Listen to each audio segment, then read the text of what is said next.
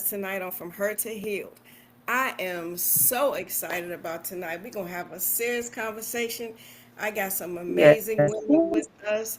So, right now, I am going to introduce my co host with the most, and that's Jerry D. What's up, Jerry D? Hey, Hey, Jerry. what's up? What's up? Look, thank you so much for having me. Look, girl, it is a privilege. Okay, it's an honor to be sitting here with you. Hosting with you on your platform. It is something that I was looking forward to from the moment you even mentioned it to me. So, thank you so much.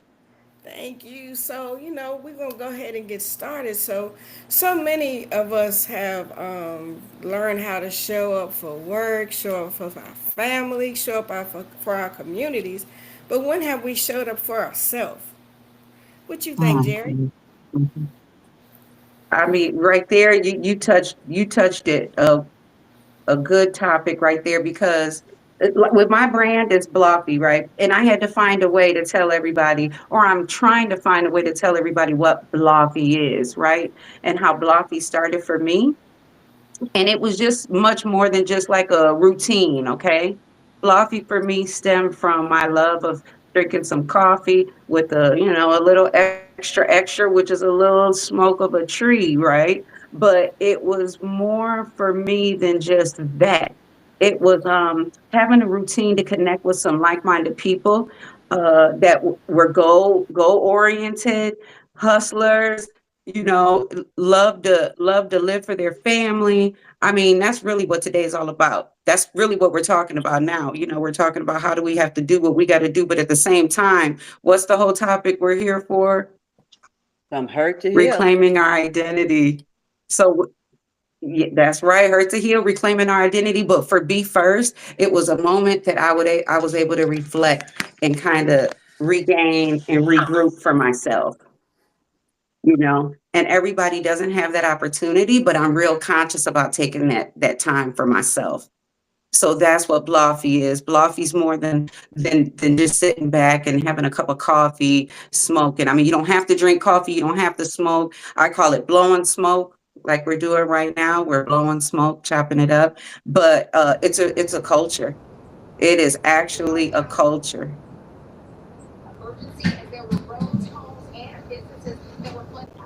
I don't know if Vic's on there saying something.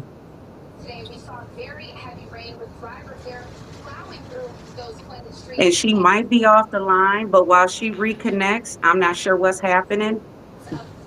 Looks like she might be back on.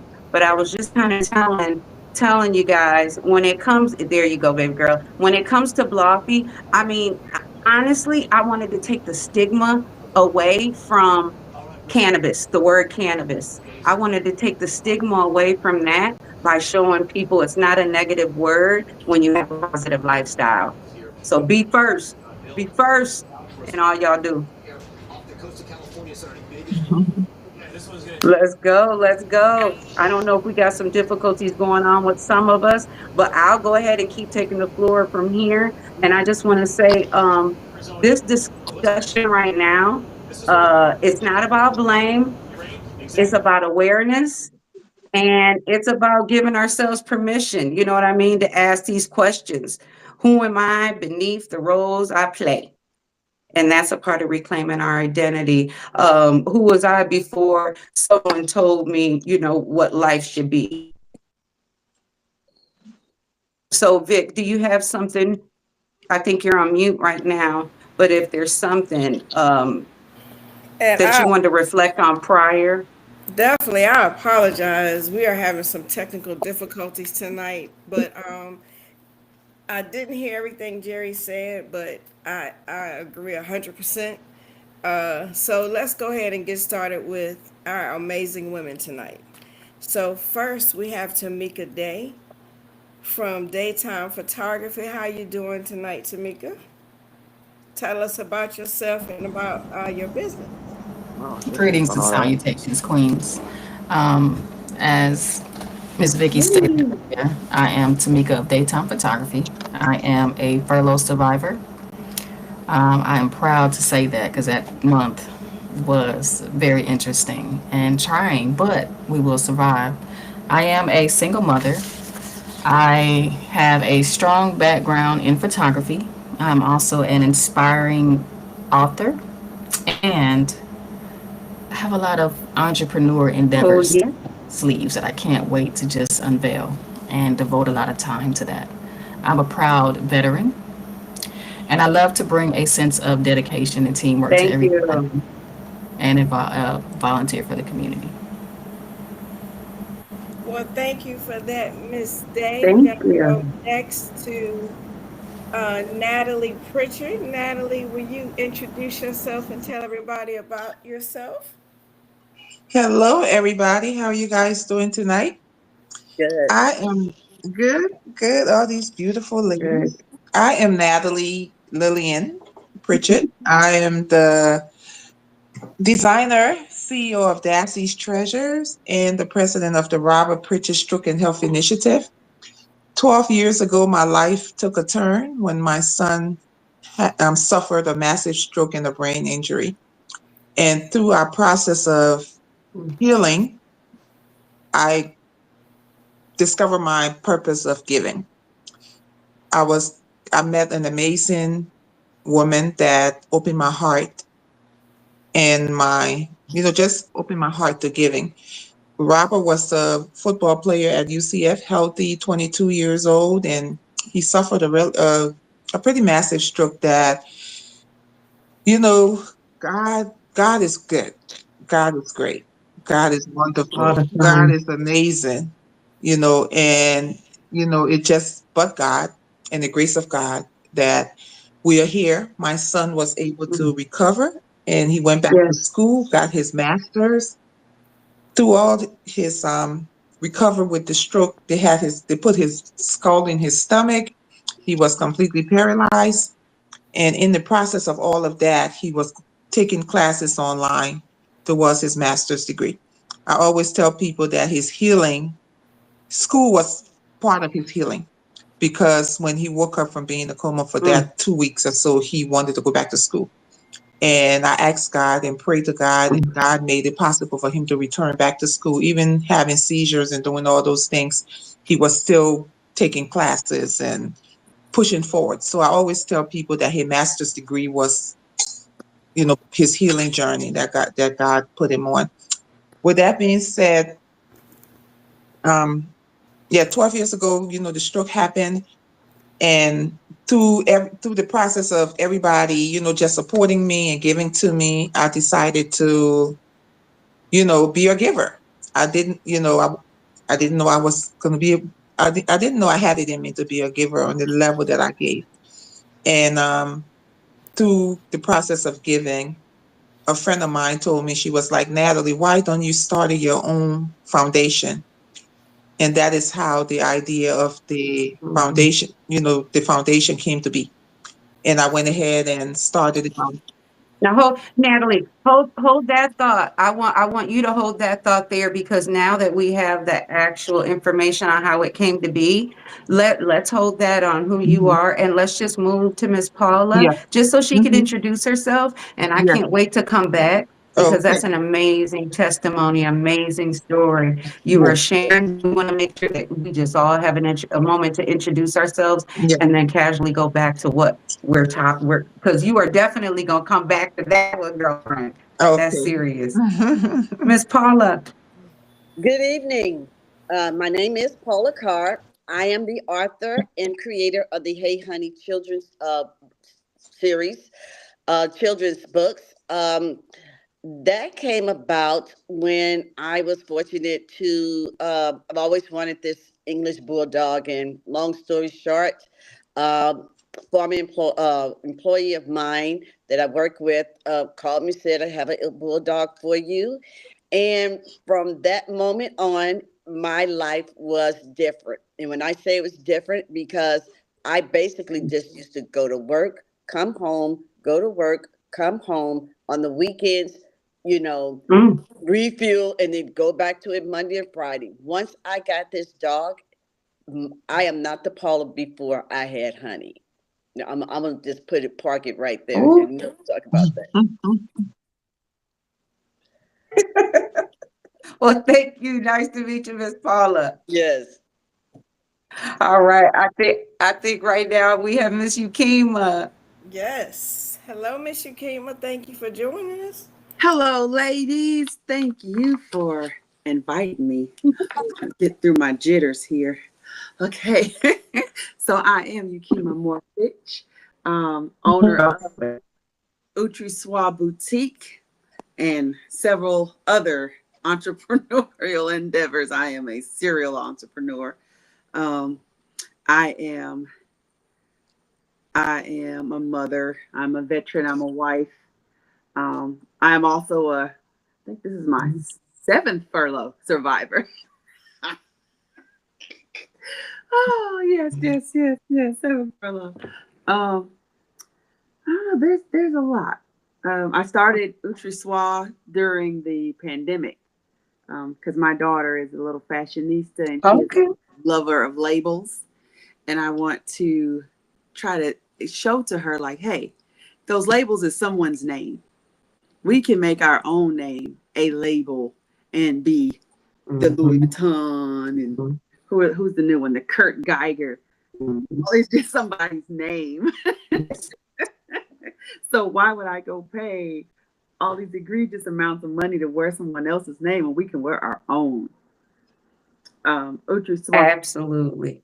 the We boutique. didn't think like that before, though, did we? We didn't used to think like that before. Oh no, I've kind of always thought like that because I still wear, like, I only wear certain brands, Really? like classic brands. Like I'm a real classic, wear the same type of stuff, type of girl from way back. So I always like mixed and match brands. And like you said, only wear certain brands. So, and I always read up on it, but like, who are you? Why are we wearing you? Just because a celebrity wore you? And then I paid attention. Like if a celebrity, especially like in the music videos, I would see shoes and jeans and clothes. I'm like, I got that. That's regular people clothes. So we see where your daughter got the Nice fascination. Yes. But the labels, Nice she's a one. lover of labels. Well, it's such a pleasure. Pleasure. Definitely. So, All right. And you I know, think we have one more guest.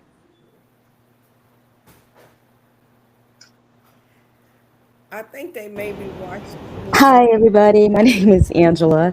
I'm so glad to Okay. be. Can you guys hear me okay? We can. Okay, great. Yeah, I'm so glad to be here. I was actually invited as a guest of Paula Carr, and I am actually a marketing communications CEO and communications coach. And so I'm actually just here to kind of be a fly on the wall. I wanted to learn more about this group as well as the Hey Honey brand. So that's why I'm here, and it's a pleasure to meet all of you all. Oh, I'm so thank you. sorry Well, I'm not on camera. thank you for joining. I'm just not camera ready right at the moment. Oh, that's fine. Thank you for joining us tonight. It's Thank you fine. for having me. So, ladies, Thank you. we have come on tonight to talk about reclaiming your identity.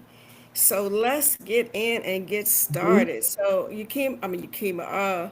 Jerry, you want to start off with with some of the questions? So what we're going to do is we're going to ask a question, and whoever feels Absolutely. impelled to answer it, do it. And then, if anybody want to chime in, for a few minutes after, please be our guest. So let's get rolling. All So, right, all right. Well, first and foremost, we're gonna knock the elephant out. Let's start with professional, right? When we're thinking about our professional lifestyle, because we still have to be professional in the way we're going to conduct ourselves, even though we're living an entrepreneurial life. But if you could answer this, if somebody can answer this, have you ever had to rebuild your personal? Okay, let me say this. Have you ever had to rebuild or reinvent your professional identity?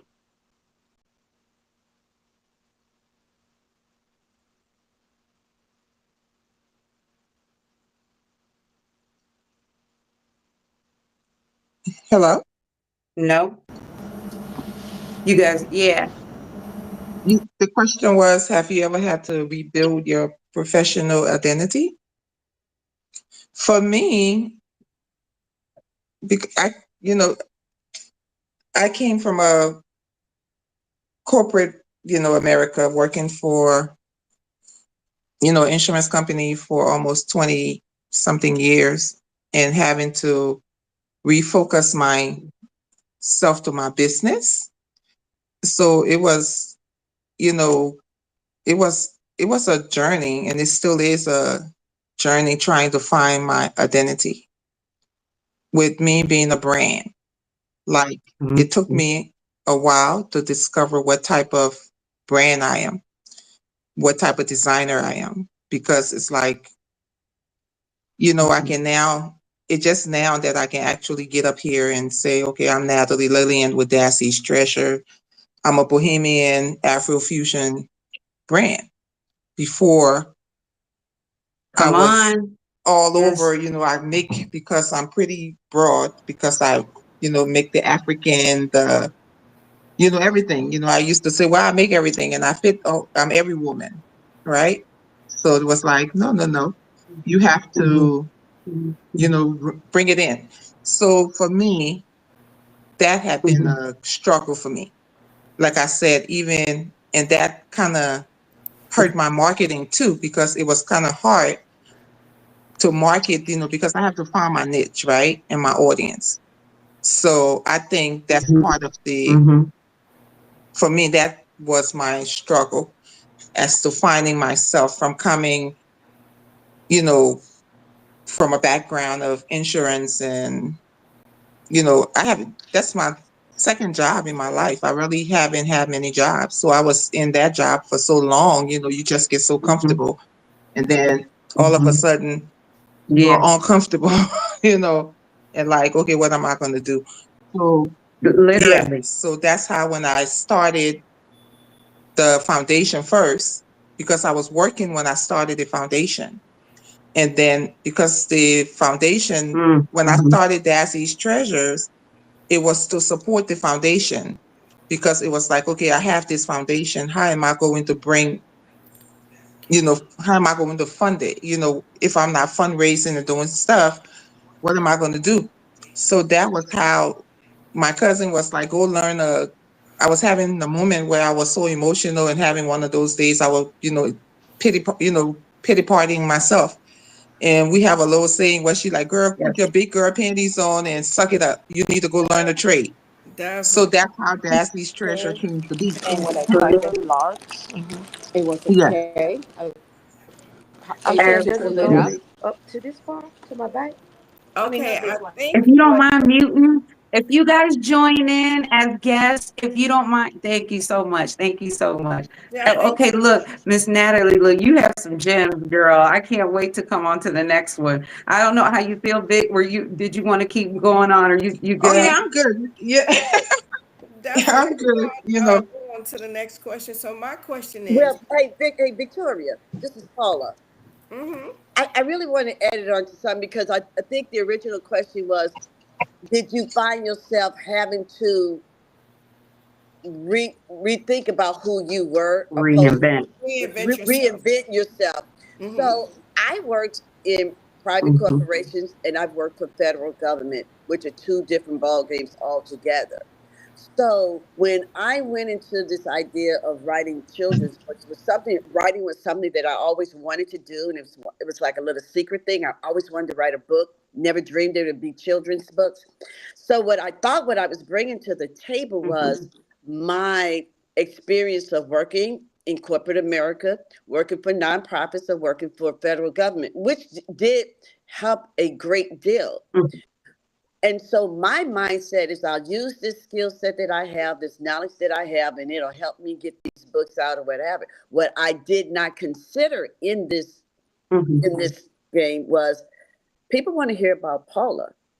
Okay, yes, nice stories about honey. And one of the struggles and challenges that I have is really I'm slowly getting over it, but it's putting Paula out there. So yeah, I'll put stuff out about honey, but people want to know about who I am. So I had to sit back and think. Now, wait a minute, who am I? I'm an executive assistant by trade, and I am not shy, by any stretch of the imagination. But it is really nerve wracking when you have to start thinking about talking about who you are and what drives you and what's your passion and why do you think that you'll Absolutely. be successful? And so those are the things that sometimes that people don't think about that you're actually struggling with. Right. It's not so much as your product so much, Or it's the titles. or the titles that you used to Mhm. wear. It's Mm-hmm. or like, and not that, but even the titles that people put on you that you didn't even Absolutely. realize you had, and so now you see yourself like because you might not look at yourself like that. So now you're saying, "Oh Lord, now I have to fit this. I have to fit this too because this is where they're seeing me at, and I didn't even see myself there, or I call it what they're calling it, for lack of a better Right. term, but." Right. It's a lot. That was a nice one, ladies. That was a real good one. Indeed. I Thank like you. that. We're going to go to the next one. What does professional authenticity look like for you, and how have you learned to honor it? Well, Professional authenticity. Yes. I think for me, I think what it is being genuine of who you are. Or are you this person just because of of the work that you're doing, or is this who you are at home? I like to tell people the Hmm. person that left this address is the person that you meet in the office, the person that you meet at the grocery store. Mm-hmm. I think personal authenticity also means integrity. It means, how do you carry yourself? Are Absolutely. you honoring what you say that you're saying or what you're putting out there? My children's books, they are stories that come from real experiences. So I'm comfortable in talking about that. And I felt that these books were needed at this time in our society with all what was going on. So when I talk about, hey, honey, well, it's a different conversation when you're talking with children, and it's a different conversation when you're talking with adults. And so Hmm. adults want to know, like, okay, well, so what Hmm. about these stories? Why should my child want to read these stories? Or why should my child read this story? Because these are things I know that would resonate with children, but these are the things that are impacting them as children and as they grow up. Yeah. Hmm. Mm. Well, for me, Absolutely. for me, um, to answer that question, my professional authenticity is freedom, right? Because being a designer, Hmm. Hmm. Yeah. and having my Hmm. brand. So again, what I was saying about discovering my purpose as to what type of brand I am, what Yeah. type of designer I am. So it's basically now I'm like discovering who I am. I am my biggest critic, right? Because everything I put out there Yep. is who I am. Like I Yes. was saying, just being able to identify who is Natalie Lillian. What expectation do I have of myself? Hmm. Because once I can meet my expectation, I'm able to meet my clients. I actually, you know, walking in my gift, right? We have to walk boldly into our gift. And for me, being authentic, because me being a designer is not something that I ever went to school for. This is something that I just started 6 years ago, or 5.5 years ago. Hmm. And not knowing that I had the gift of sewing because my grandmother was a seamstress. My great aunt was one of the premier wedding dressmaker in Liberia, where I'm from.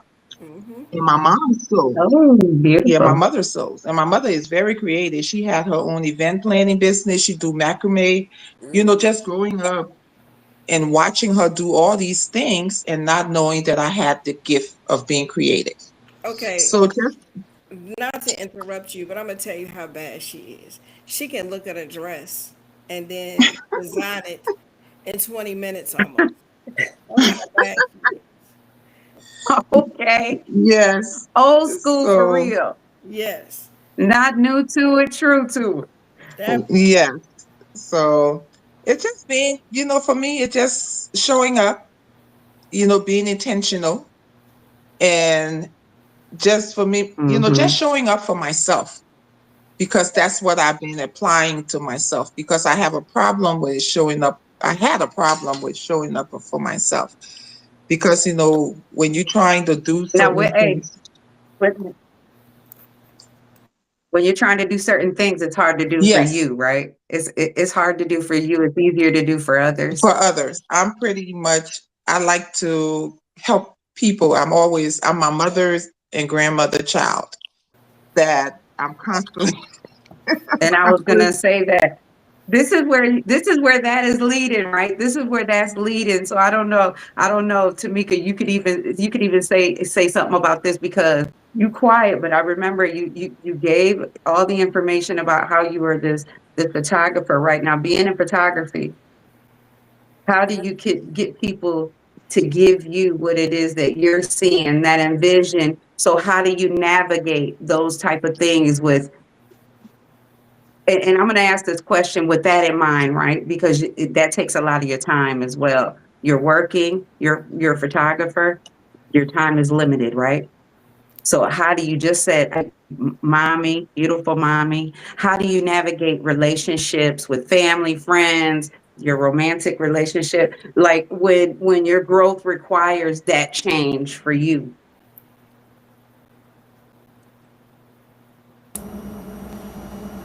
Okay. And yeah.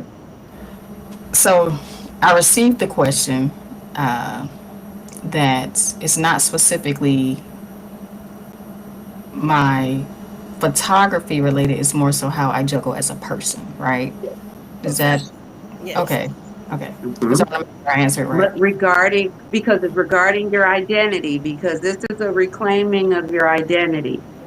So while that is a part of who you are, how do you navigate that So I have with to, the other things? How do you navigate your personal self? okay, so I'll attribute this to my stylist. Shout out to Tanya of La Sabians. So her term for where she Okay. is in life right now is becoming, right? And in that word, that defines how she shows up for whatever she's doing. So in that word, she defines who she wants to be, what she wants to look like, and how she wants to be perceived. So I received that and I applied that to my life. So how I show up as your photographer, I want to pull out of you your vision. I want you to be comfortable enough to expose yourself, which is something that you have to do, right? So that we can get the emotion that you want out of your images. But just be vulnerable. And I make you comfortable by being the silly person or sharing stories that will allow you to see that that pressure that you're applying to that situation doesn't necessarily have to be there. Um, in Mm-hmm. the term becoming to me and how I transition as a professional, that term took me from where I started. Like my first job was McDonald's. The uniform is easy. They give you what to wear. You just show up and you become who you want to be in that moment, right? It doesn't mean that you'll be the best worker, but how you decide to show up, you set those standards for yourself. So I set the standard for myself to be a good worker, and I just continue to apply that and expand upon that as I moved up and moved forward. Awesome. I like that. Well, Yeah. beautiful, beautiful. Yes, yes, I yes, like yes. that. Love it, love it. So what advice would you give someone about setting boundaries? You keep, Mm. what would be something that you would tell somebody? Well, how would you set boundaries in a professional space? I don't know if I'm the right one to ask that question to, because I'm a rebel without a cause. However, because I just set a major boundary at my job. See, that's it though. You set a major boundary, and that's exactly what you're supposed to do. As Black women, we are taught from birth to carry the burden, to be strong, to shoulder each other. We have to be independent. We have to unlearn that in some cases, because in some spaces and places, our brown faces are worse enemies, because we know each other's own weaknesses. So for me, I tried to play the game. I don't do politics very well because from a small person, I've always been taught with fifth generation army. So I've always been taught you have to be more than just a pretty face. So I had to know what I know, plus what you know, plus what your boss know at all times. Because there is no way you're going to be able to say, Kima got this job because she was cute. Kima got this job on her back, her knees. Never, no way, no how. Okay. It's because I know my job, your job, and your boss' job. Let's get this. But I tried to play. I tried to play politics. And it literally drove me crazy. So I've been out on FMLA since May. And my poor job has been burning to the ground since then. But That think was my about it. major boundary. Yeah, you set your boundary by having to leave that space to have your peace. Yes. So that's setting a boundary right there. That's literally like the answer to one of the, that's like the answer to a question that said, can you share the moment where you recognize you gave too much? You gave too much. You gave too much. I gave way too much. I even tried to come back. I was back in the office Friday, Monday, Tuesday, which made me go back to the mental health doctor yesterday and today, and now I'm back in the weekly group and back on medication. So yeah, draw your line in the sand and draw it in concrete. And just because it's our brown faced sisters, hey, chick, put your big girl panties on and get your life. Because it's my piece is way more important. So we have to figure out how to Can I add this? And I'm listening to what you're saying, but sometimes though, and I have to just take my career as an executive assistant for the most part. You have to be strong enough to say no. Yes. It's not what you say, it's how you say it. And sometimes How you say it. may have to you may have to kind of go, outside of that politeness box, but you got to get your point across, and you got to understand that, you respect like for me, I respect my executive. I respect what they do. They respect what I do. But sometimes the expectation is more than what it should have been. And I have to have accountability to get there. So if I allowed it to get there, then I should be strong enough to say, hey, you know what? This is not working.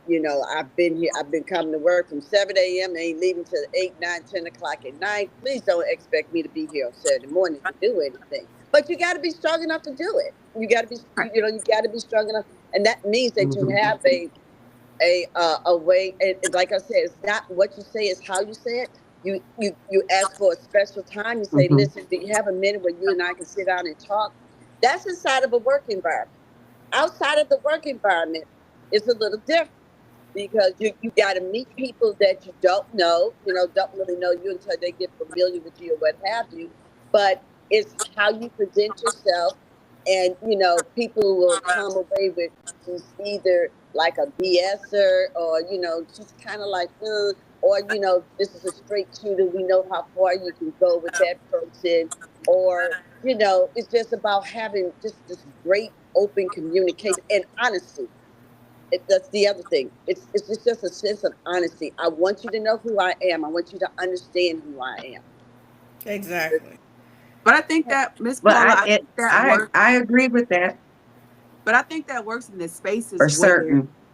I think that works in the spaces where the people that are in power and in charge, they are competent enough to know whom they are, and they are competent enough to know whom they're working with. So when you're in these hostile environments where the people that you are working for are incompetent and failed up, and instead of knowing the people with whom are working for them, decide from day one that I'm going to take advantage of the people that work for me, because I know I got a team of 10 people and 2 of them are the powerhouses. So I'm going to ride them until the wheels fall off, because the culture in federal employment is support the mission. And in most cases, everyone is going to support the mission, because the most of the workforce in these spaces were in a uniform at one point in time. So we're already brainwashed to Yes. support the mission. So it takes those of us that are rebels without a cause to fight back and be like, not today.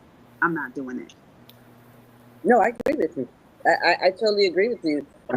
You know, it's just for me, and I hear every word you say, and I understand exactly what you said. And I guess I'm just speaking from a personal point of view because I'm just not the type to just, you know, like I just know enough to know when to say no. I've been in positions where I had to say, listen, can we sit down and talk? And had to do it more than once. And sometimes, you know, it came out great. Sometimes it's like we both walk away like not happy with each other. Eventually it works itself out. But Right. as a person, as a whole, just not in the work environment, it is basically, it's how you carry yourself. And when you see people not honoring you the same way that you're honoring them, then it's got to be known. And Right. some of these people, you know, like you can just write off the list. You know, they were not somebody you really want to be bothered with anyway. You're right. Yeah. And sometimes you could still do everything you need to do, CYA, you know, cross your T's, dot your I's, That's and you're right. going to have these people that really are users and abusers to what it is that you have to offer effortlessly, because that's what we do. You know what I mean? Like, because we're all strong women. I can tell that. I can feel that. So it's like when we put our minds to something, it's going to get done. And sometimes to our own fault, we do it in such a way that looks like it didn't take any effort at all, that it Yeah. comes back to bite us. You know, when you Yeah. work close with the executives, you realize that even though they understand that maybe things work the way they're supposed to work, reason why I haven't gone back to the corporate world, and I'm kind of taking this opportunity to launch Bloffy as a culture, you know, and eventually make it a space where we can all kind of come and unite, you know, cohesively. But when you're working with these people, they may feel exactly what you're saying. They may agree with you, Yakima, everything you're saying, but in the long run, they holding their job down too. They're holding their job down. So they're gonna play the role. They're gonna be a seat warmer for you when it comes to a certain, you know, topic, and they're gonna pass the monkey or something. One of our coworkers would say, you know, pass that ball on to somebody else, you know, and be like, okay, I pacified you for the moment. Right. You know, but that's why I commend everybody on here. And same for myself. This is so weird for me to do this, with logistics being a background for me. I never thought that this was a leap that I would take for myself, But that to bars the question. branch off and kind of. And But I that bars think, Go ahead, your Miss point. Paula. To your point, that bars. Okay, when do you say, wait a minute, enough is enough of this? I got to do me. I said it long time ago, but I steady worked. I steady was, you know, I was steady doing what was safe. Yep. I stayed what was safe. You know, I've had, you just met Angela earlier. Angela is like my biggest, biggest fan. And I have learned so much from her in the last 7 or 8 years. And the thing about it is, you know, when the pandemic happened, the pandemic was an opportunity for me for retrospection. And I decided I was not going back in the office anymore. My boss did not like it. We actually got into it, but I had to take a stand. And even at that, this is like the fourth or fifth year. Then it's just last year that I really put my foot in behind Hey Honey the way I was supposed to. I always played it safe. I always wanted to do the right thing. But also in the back of my mind, I'm an executive assistant. I'm always there for somebody else. That's what I do. I take care of other Yep. people. So it's like, okay, wait a minute. It's like God has said, I keep giving you opportunities to do you, but you want to go do this right here. There's always an excuse. Some of them are legit, and most of them are not. It's just like, okay, girl, what are you trying to do? Angela, she's the one that said, Paula, you got to put Paula out there. You got to talk about Paula. You know, it's like, okay, who wants to hear about Paula? I want to talk about Hey Honey. Okay, Paula. That right there. So with that one being said, how do you differentiate between, because you took it there, you took it straight to where we're gonna go, and that's spiritually, right? That's where Yes. we're on the downside of this, babe. You brought us. So how do you differentiate between who God says you are and who the world expects you to be while you're in this transition? And you know what? Here's what it is. It took me a minute to get it. Now I pray to God, this is what I want. This is what you delivered. You got those books. I'm not a book, but 5 books, Lord. You blessed me with this. Now you keep giving me these Come opportunities on. to know but you have to take accountability. The first thing. It's nobody's fault. You can't blame it on something or somebody else. It's you. It's Paula. I'm telling you, it wasn't until like late last year that it's like, you know what, girl, get off the pot and go do what you got to do. And once I made that Come on. determination, that's Yes. it. Once I resolve something in my head, that's pretty much it. I know Angela's probably sitting somewhere doing this right now. Because it took me a minute to get there. It took me a second to get there. So now I am pushing like, it's like it's an emergency. This is how I'm grinding on it now. Oh, But you gotta believe that you well, I gotta can't step wait. You out on faith. guys are You just gotta and that's another you thing. guys You can are you talk guys about are so awesome. I mean, this right here. This right here is an adventure for me. It's an honor for me to be a part of it with you all. I'm working with Miss Natalie soon. I know we're gonna give you an opportunity to talk about that, Miss Natalie, on our while we sign off for this, for this segment. But you guys are gonna be hearing so much more about that, and it is a challenge. And But we up for the challenges. I think we we're up for the challenges. we are.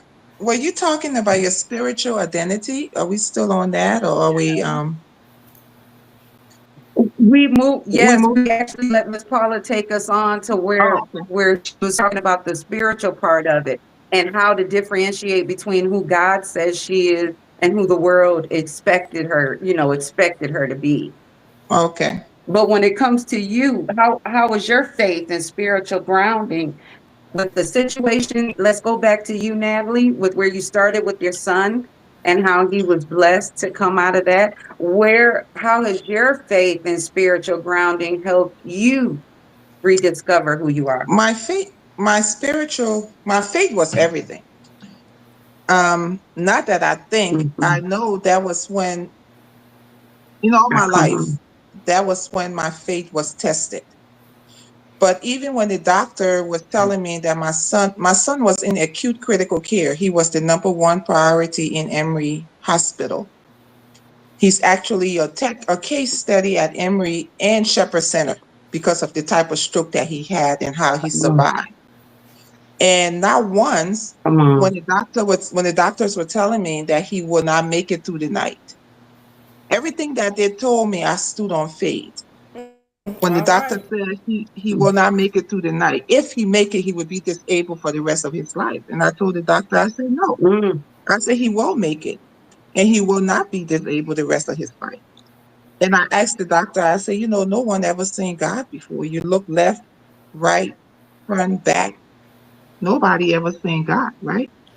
God lives in all of us. God give us all these gifts that we are all here and we're able to do the things that we do, right? So I told the doctor, I said, y'all going to go in there and y'all going to save his life. That was the only time in my life I had total faith. It wasn't no shaking. It wasn't no cracking. Robert is my only child. Okay, he's my only child. And I never once felt in my spirit that he wasn't going to be okay. I just never felt it. I tell people all the time, I just never felt that his skull was in his stomach. He was totally paralyzed. He was in acute critical care. It was everything that they said it was going to be. But what I had was my faith. I was raised in faith. I was raised by my grandmother in Africa, in Liberia, until I was 13 years old. I always tell people, I say, I can't quote the scripture like you quote the scripture, but I know God. And I come from a praying grandmother, a praying mother, that when we go to prayer, we in a warfare. So when my faith was so tested, everything that I asked God for in my son's healing, he gave to me. When my son got up from being in a coma for those 2.5 weeks, the first thing he wanted to do was, he couldn't talk, he was strict, but he wrote down that he wanted to go back to school. And everything he said, I stood on it. When my sister said, Nat, Robert said he's going back to school, I was like, yes, he's going to go back. We got on the horn with his academic advisor. When you're in that position, you have nothing but faith. I'm a living witness because I lived it. When you see my son's story from where we've been and where we are now, just to see what God did, it's nobody but God. So when it comes to faith, I stand on faith and I stand on gratitude because I know God's grace and mercy is the reason why I'm here. It's the reason why I do everything. It was through my son, the journey with my son, that I discovered the gift of my grandmother in my heart, in my soul, that I can do the things that I'm doing. So through that tragedy, my dream was birthed, a dream that I didn't even know I had. So I always tell people, go to God, ask him. And this, when you're fighting for something that is so important to you, you have no choice. For me, I didn't have a choice. Yes. That was the only thing. When you have to be naked, you have to be face to face with you and God, because you're fighting for the thing that most important to you. That's my only child. That's my son. And they're telling me he's not going to make it. He will be disabled. He's having seizures, getting him home. I had to be with him 24 hours, 7 days a week. My mom had to give up everything and move in with me. But I had such a community of people that pour into my cup. My story is long, so we're not going to go there, right? But just to see these strangers, that's why I always be good to people. I always meet people where they are. I can deal with the most difficult people. When I was working in the insurance business, my boss used to give me the clients that used to threaten to leave the company. Because he always told me, he said, Nat, it's just something about you and how you connect with people. They would call and cuss and carry on, and I get on the phone with them and we laughing and talking. And they would be like, we'll keep their account because of her. But So that also shows how strong you know your identity too, and you know who you are.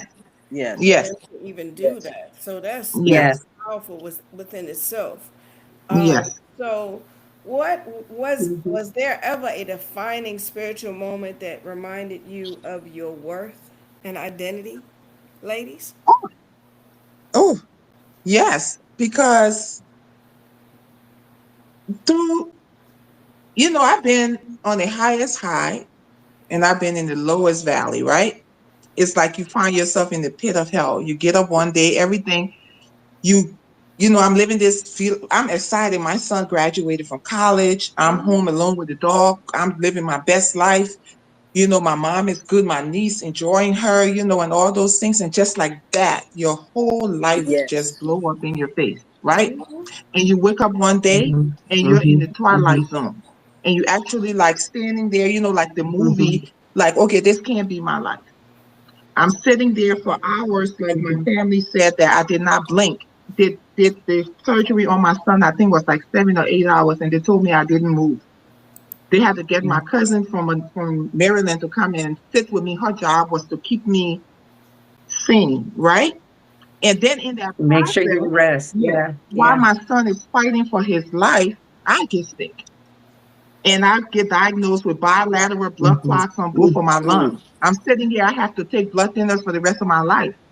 And the doctor is like, when we went I took myself to the emergency room, and the doctor told me, he said, had you not come, we wouldn't be here to tell this story. And the doctor asked me what was wrong. By then my mom was there, because we always call mommy last. She gets mad at me and my sister because we wait to call her. And the doctor would ask what happened. And I told the doctor what happened.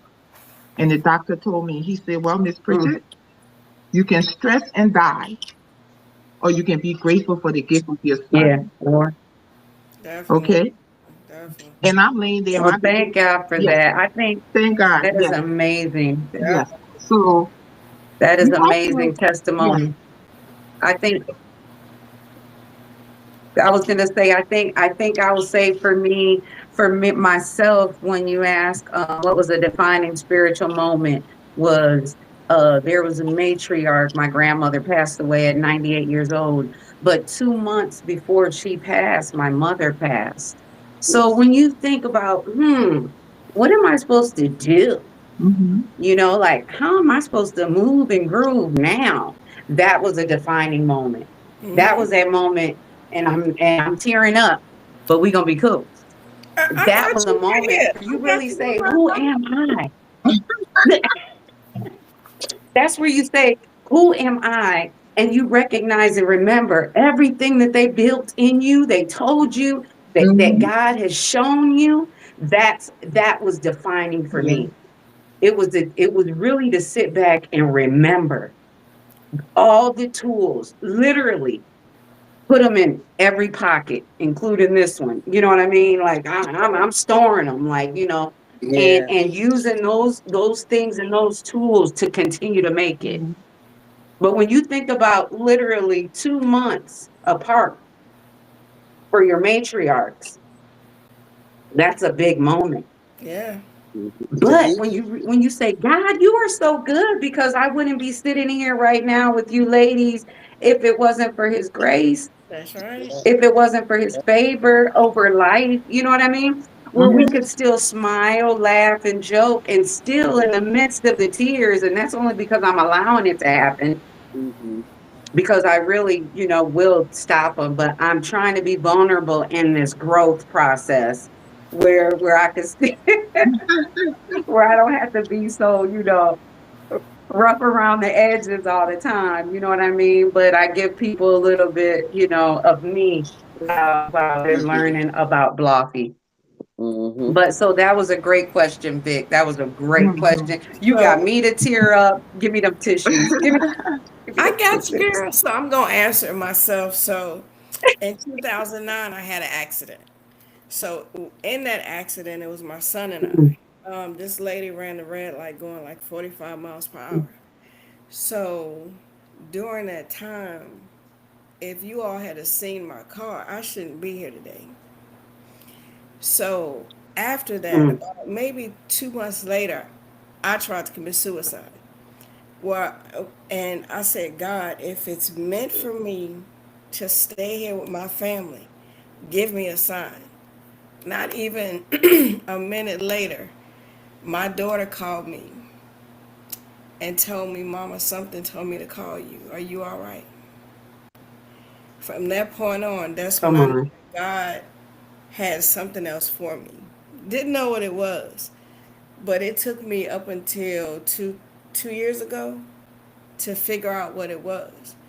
But the real thing was a few months Mm, ago, I was at the shop. It's the Print Lounge in Snellville. Y'all got to go check it out.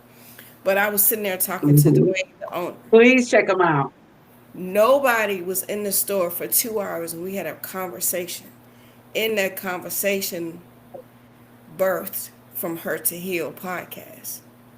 Mm. Anybody that know me know I am behind the scenes all day. I got you. If you want to be in the limelight, I got you. But God, in that Yeah. conversation, God said, "No, it's your time to stand in front. It's time Mm, for you to have a voice." But just to see where He brought, if you ever just sit back and say, and just think about where God brought you from, that's your identity. mhm, Mhm. And I Yeah. stand, I mhm, stand 10 toes down from where I was to where I am now. Mhm. Yeah, I think sometimes Beautiful. it takes tragedy or just sometimes just hard times to kind of bring you to light. Mm, Like you're suffering, you're hurting through whatever it is, but from that hurt does come some healing. There comes some revelations of, wait a Mhm. minute, Mhm, if nothing, He lets you know that you're stronger than what you think you are, and Yes. that he. Everybody has a talent. It's just a matter of tapping into it. And sometimes it takes different Mm-hmm. ways and different things for you to get to it and to understand what it is. You know, like I Mm-hmm. said in the beginning, I always Yes. wanted to write. I don't have any children. Why would I want to write children's stories? But it took a dog. It took me to get a dog Come on. to write children's stories. And sometimes from pain comes some wonderful things. You Yeah. know, uh, what does the Bible tell you? Take joy in all your trials and tribulations. That you know, and that you know you're Yeah. gonna be fine, and when you know that you're gonna be fine, that there's something for you to do. You know that you have a voice, and you'll be all learning how to use that voice. Yep. I Yep. totally agree with that. It's just being at that moment, Yeah, just, literally. Yes, yep, just sitting still, yeah, just being still. allowing yourself to hear God. And a lot of It's people, difficult. it is. It's And sometimes it's Yes. difficult. a lot of people be like, well, how can I hear him so I can know what I'm supposed to do? Because you Sometimes have so much in your head that goes on, just goes on and on and on. It's just sometimes hmm like you just want it to stop hmm because it just goes, it repeats over and over and over. And you try to sit down and you try to be quiet. You try to turn everything off, but you can't turn this off. You know, it takes prayer. Nope. It takes time to really It meditation, does. whatever you want to call it, because you have to Hmm. get there. You got to get there. Yeah. Hmm. That is true. That is true, ladies. Oh my goodness, Miss Paula. Yeah, that's true. That's something that I never thought, that I would grow from actually, but since then being around so many people that have experienced that, Hmm. and then when you see the way they are now in life, you like, oh yeah, I'm going to make it. I'm going to get through. It's going to be cool, it's going to work out. It It's going it do. Yes, it do. You have to learn to. For me, I had to learn to silence the noise in my head. That's what I'm talking about.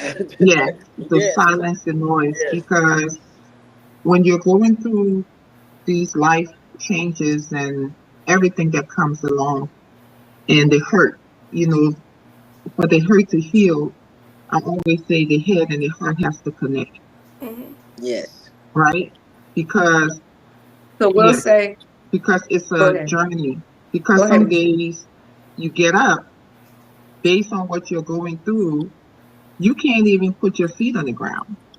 You don't even know how you're going to get out of bed. And you still have to get up. You still have to Hmm. take care of yourself. You still have to take care of what's Hmm. around you. Nothing stops Life keeps because life. Take it off. life keep life. And so how do Life keeps you, life. Literally. yes, how do you silence the noise in your, Now yes, it sound, Miss Natalie, you say if you can answer this, and I know it's 8 o'clock. We've been on here for an hour, and I don't want to keep everybody. I know we appreciate this time, but I really want to hear what you may have to say about this, or anyone really. How do you, or how can someone begin rebuilding their spiritual identity if they feel disconnected? Ooh. for me, If they're disconnected from a higher power, if they're disconnected from a desire to want to grow, if they're disconnected from wanting to be around People. people, for me, how do you begin rebuild? How can for someone do that? me, my my spiritual identity, I think the thing is with my journey, I don't think I had the support and I'm blessed to have my mother in the house with me. That when I question myself as to what I used to, I used to be so angry at times. I was so hurt. I would feel so bad because I look at my son, 6'2", 250 something pounds, gorgeous, young man, and just like that, his life just changed, right? And you'll meet my son. He's one of the most amazing young men you will ever meet. He told me one day I was having one of my days. He said, "Mommy, I had a stroke. The stroke did not get me, right?" And I was having another day. I don't know if Mommy remember. And she came and because my mother stays on me. She said, "You better get yourself together." She said, "God is a jealous God, right?" Mm. And she asked me, she said, "What makes what happened to us any better than the next family that going through what we going through? What makes you any better?" Right? And I kid you not, the same day I went to dinner with one of my friends, a woman that I didn't even know. Her cousin was, my friend was there, but her cousin was there, and I didn't know her cousin. And she told her cousin, she said, "This is my friend Natalie. I was telling you about her son and what happened." And this lady took my hands and she started to pray for me, and she started to minister to me. And she went back to that same scripture that my mom told me earlier in that day about God being a jealous God. And she told me, she said, and she lost a child. And she said, "What make you think? What make us think that we are so big and bad that God can't come and take?" She told me, she said, "You better be grateful that your child is still here." She said, "Because if you don't thank God for for the life of your child," she said, "sometimes," she said, "we have to get on our knees. We have to get on our face." She said, "Because when God bless you and you don't glorify Him, He's going to do something else that you will have to get down and know that He is God." So just having these people, especially my mom here with me, she keeps me grounded. Whether I'm having a bad day or in between days, she always finds the rainbow in everything. My mother, we call her the community mother, right? Because she everybody mama. She meet all the young, she'll be your mama. Good for Yeah. Mama. So she keeps me, Well, look, big yes, ups to the mamas, big to the ups to mom. moms. We love There's moms. nothing like Good, the bad, mom. and indifferent because you taught us something. Yes, They taught us something. yes, You know, yes, yes. Even if They we taught didn't us. like it, they big taught up. Yes. us. So I And have a so question, That's what I'm saying. Even if we didn't like it. Tamika. they still, Go ahead, girl, Vic. we always go back to what they say, because I find myself turning into her, even sometimes with my actions, with the things that I do when I'm giving or when I'm doing this, doing that, it's like you be like, okay, what will mommy do?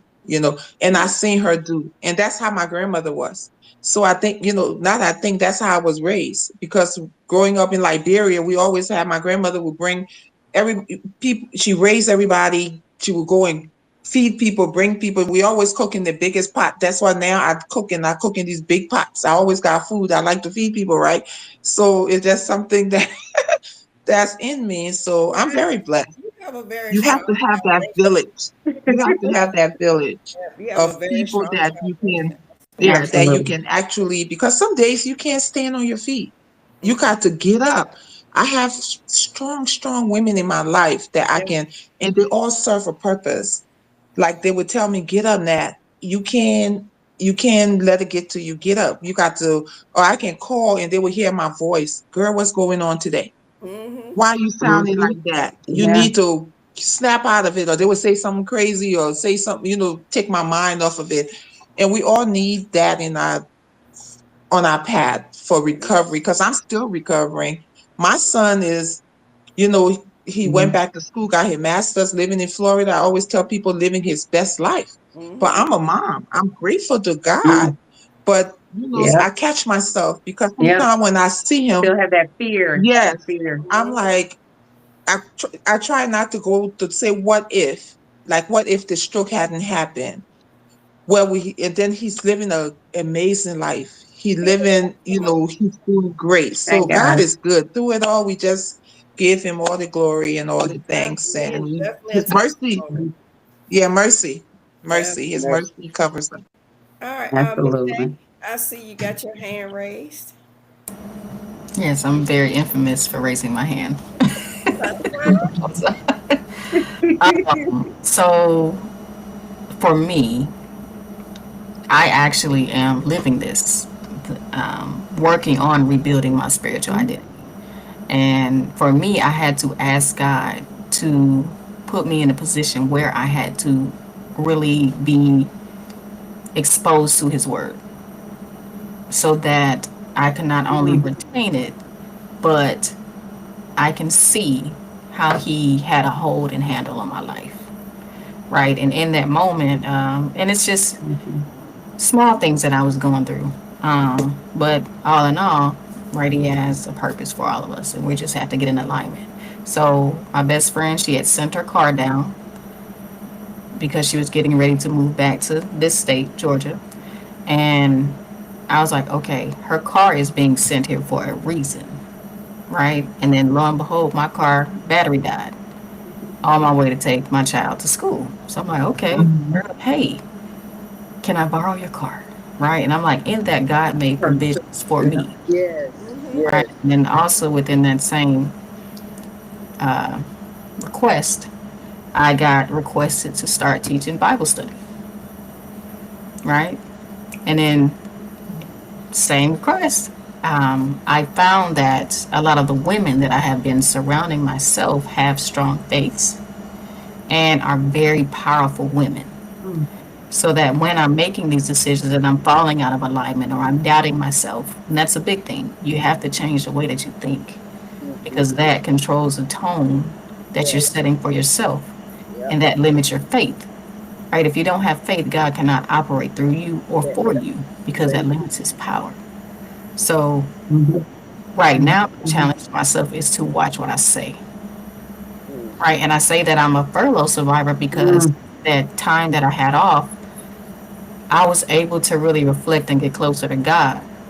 I had been saving for a house. When I tried to buy it before, I got scammed and somebody stole $7,000 from me.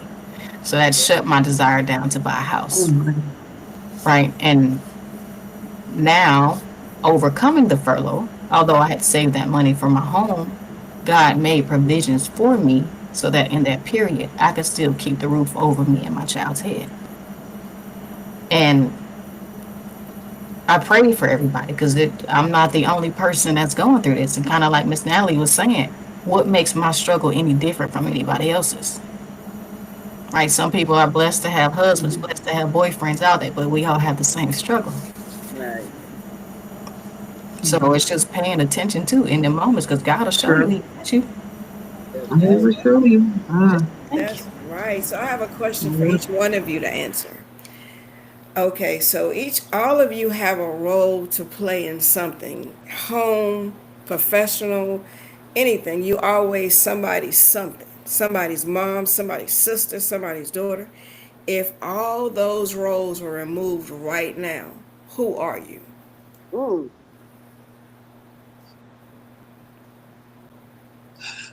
I would go first. Go ahead. I'm gonna let Yukima go first, and then I'll let you go, Natalie. Go ahead, Yukima. Okay. I've been home, like I said, I've been home for a long time, not at work. So I've had a lot of time to self-reflect and get closer to God and work on stuff. So, do you want the long version or the abridged version? Girl, do you? So look, because I have this, it's already written down. I got this. Right.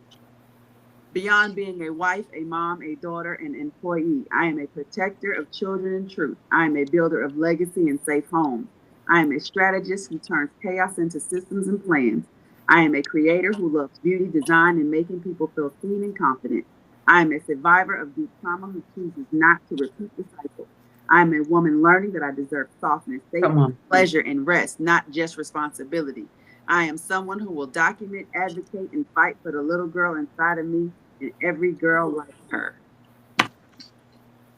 That's who I'm is. That's right. Yes. Snap all on that. Okay. Definitely. So, ladies, thank you so much for joining, but I do have one question to ask you. What piece of advice could you give people that's listening today about reclaiming their identity? I'll go. First, you got to believe in yourself. Believe you are able. Believe that God has given you everything that you need is inside of you already. If you don't believe in yourself, nobody else will. All right. Thank you, Paula. Next. There you go. And I say, stay conscious through it all. Be aware, be aware, be aware of every move that you make. Be okay with being uncomfortable. That's the only thing that's going to make you Yes. great. That's And me. I would say, be you. Like Yeah. Miss Paula said, be yourself. Be who God say you are, not who men say you are. That's right. Because if we listen Mhm. to other people, there's a saying in like in Africa that say you listen to the noise in the market, you would never do anything because everybody has an Mm. opinion. You have to get to that point in your life. Mhm. I know I had to look at myself in the mirror and say, okay, Natalie, Lillian, Pritchett, who are you? Am I just Robert Mhm. mother or Dazzling daughter or Isabella Jackson Hill granddaughter? I'm all of those things. Mhm. But I'm Natalie Lillian, CEO designer of Dazzy's Treasure. That I'm a part. philanthropist. I'm a Whoop, whoop, whoop. caregiver. I'm a sister and I'm a Mhm. friend. And what I pride myself on being, and I'm purpose, and I do stuff with purpose, and I pride myself on being a good person That's right. because you have to be good. All right. And to be good to anybody, you have to be good to yourself. Because sometimes we out here being good to Mhm. everybody and we tend to neglect ourselves. But if you are empty, my pastor Mhm. told me one time, he was like, you can't be an empty bucket because you can pour into everybody and Mhm. everything that you pour into you, it just go right out because you are not healed. You have to heal the things that Mhm. because in our hurt, if we don't heal ourselves, we end up hurting other people that didn't cut us. Like I tell people, I'm not going to suffer for That's true. anybody's sin, whoever, whether it's a man, family, friend, or foe. I didn't do it to you. I'm not going to bleed for something that I did not do. And that's something as human beings that people tend to judge other people or they tend to carry those on to other people. And when you do that, you miss the blessing because then we judge people and you like Mhm. thinking this person is going to be this way or that way. And we miss the angels that God assigned to you because you're in that space to think that Mhm. everybody is Mhm. going to hurt you or cut Mhm. you. No, I would give you a chance, because I've been blessed by angels. Mm. My story is long. I've been blessed by Mhm. people that it doesn't matter to me your color, your religion, where you're from, as long as because guess what? When we cut, we all bleed red. Amen. Mm. When we die, we all going 6 feet under. Mm-hmm. I know I'm going to be at the feet of my father, sitting there looking cute. And hey, God, whatever I've done, God, I'm your girl, and He will tell me, "Come here, my faithful servant." But we just have to heal ourselves, and There this you is go. Vicky platform from Hurt to Heal. We have to be able to heal ourselves for us to heal others, for us to be good to other people. Because if we don't heal ourselves, we end up hurting people, whether it's intentional or unintentional. That's why I always tell my son, my grandmother used to say, go good, do good, and be good That's it. in whatever order. Come Mm-hmm. on. Go good or do good, go good Come and on. be good. No, nice one. Just be a good person. That's it. Great That segue. when you look at Great yourself in the segue mirror, that into you can and say, regardless of what anybody say about you, you can look at yourself in the mirror and you know who you are because you are who God say you are. And That's Yes. people can judge you, whether it's friends, because some people you would think that they're your friend, they got your back. And those mm-hmm. are the people, everybody ain't meant to be a permanent in your life. That's We got right. our That's root, right. we got our leaves, we got our branch. They're seasons. seasonal. And you just leave them with their God and Seasons. their conscience because there's no hurt worse than the church hurt. Like That's the people that claim to be pastors and this and that, and they will do stuff to you, and then they act like you did something to them. Trust me, I've been there, done that. You will, and I just leave you with the God that, because I know the God that I serve. and you know the God that you serve. So Mhm. when people Mhm. do me wrong or dirty, Mhm. I leave them with them and their God, because I search my That's heart it. to see what it is. How can I do better? Because, and sometimes I be like, dang, why this happening? Like, I ain't do nothing to you. That's right. Then you're And just like absolutely right. that, so leave people, heal yourself. So that way you can't be out here just, hurting people feeling, messing people up because you messed up. You know what I'm saying? So I Definitely. be like, do you? I have the gift of letting go. So Mhm. you don't want to be in my space. I don't want to be in your space. My mama always told me, they don't want you. You don't want them 10 times over. How about that? Yep. Because there's Be someone else okay that without wants me. you 10 Mhm. times. Mhm. Okay? Definitely. So just be good. That's it. Miss Day, I think you're the only person Literally. who didn't say something. That was just So I'll just add that the perception of control that we have, I stole those words from Clarence number 2. Shout out to Clarence.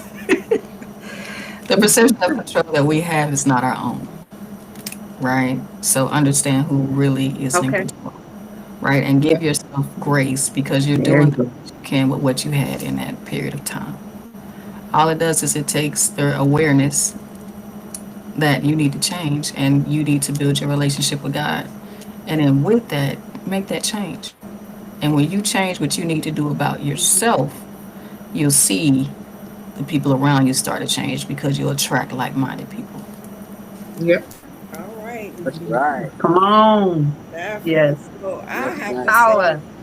Power. you need to be intentional. Be intentional Yes. about who you are. Be intentional about what you're trying to do, and just be you.